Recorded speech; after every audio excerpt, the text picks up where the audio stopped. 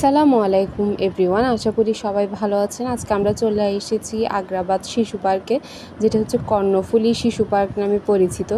তো টিকিট নিয়ে নিলাম এবং ভিতরে চলে যাচ্ছি। আপনারা হয়তো ভাবতে পারেন যে এই প্রচণ্ড গরমে এই মেয়ের এত শক্তি কেমনি যে সে শিশু পার্কে যায়, কিন্তু না, এদিন আবহাওয়াটা অনেক ঠান্ডা ছিল। কেন জানি 3টার দিকে একটু রোদ ছিল, আমরাও বাইরে হতে ভয় পাচ্ছিলাম যে কি খুব গরম লাগবে কিনা, কিন্তু ওখানে গিয়ে প্রচুর বাতাস ছিল, খুবই ভালো লেগেছে।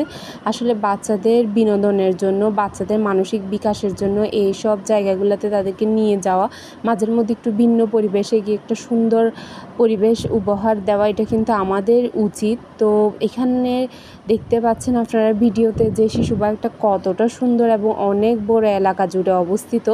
তো আমার মেয়েকে এবং আমার ভাইয়ের ছেলে ছিল সাথে, ওদেরকে অনেকগুলো রাইড চড়ানো হয়েছে। কিছু ক্লিপ নেওয়া হয়েছে, কিছু নেওয়া হয় নাই, কারণ যেহেতু বাচ্চা এবং সব কিছু সামলাতে আসলে খুব সমস্যাই হয়েছে। এরপর আমি ইনস্টাগ্রাম এবং বিভিন্ন রিলের জন্য কিছু শর্টস নিচ্ছিলাম। তো যাক, এরপরে ময়ূরের যে রাইডটা দেখতে পাচ্ছেন ওটাতে গিয়েছি। এখানেও আবার কিছু ব্যাটারি সিস্টেম আছে, মানে কারেন্ট লাগে। তো প্রতিটা রাইডই চড়ার জন্য আমার মেয়ে খুবই এক্সাইটেড ছিল, কিন্তু সব কিছু তো আর ট্রাই করা সম্ভব হয় না। তো অনেকগুলাই মোটামুটি ট্রাই করেছিলাম।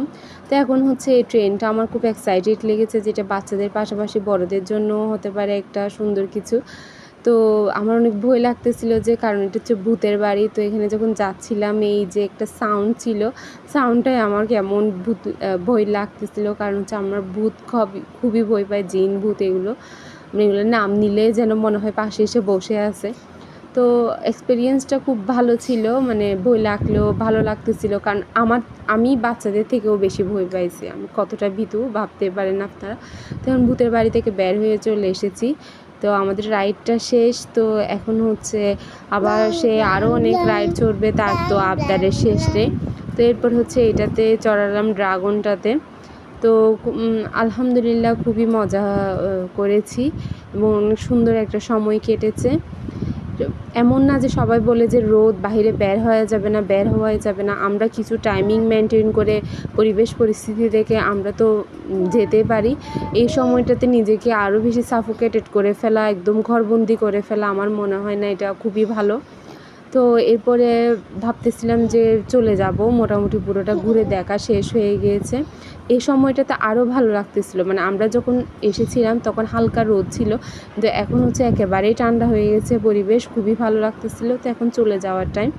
তো আবার বের হওয়ার সময়ই এই পার্কের সামনে জাম্বুরি পার্কটা অবস্থিত, ওখানেও একটু ঘুরে গেলাম।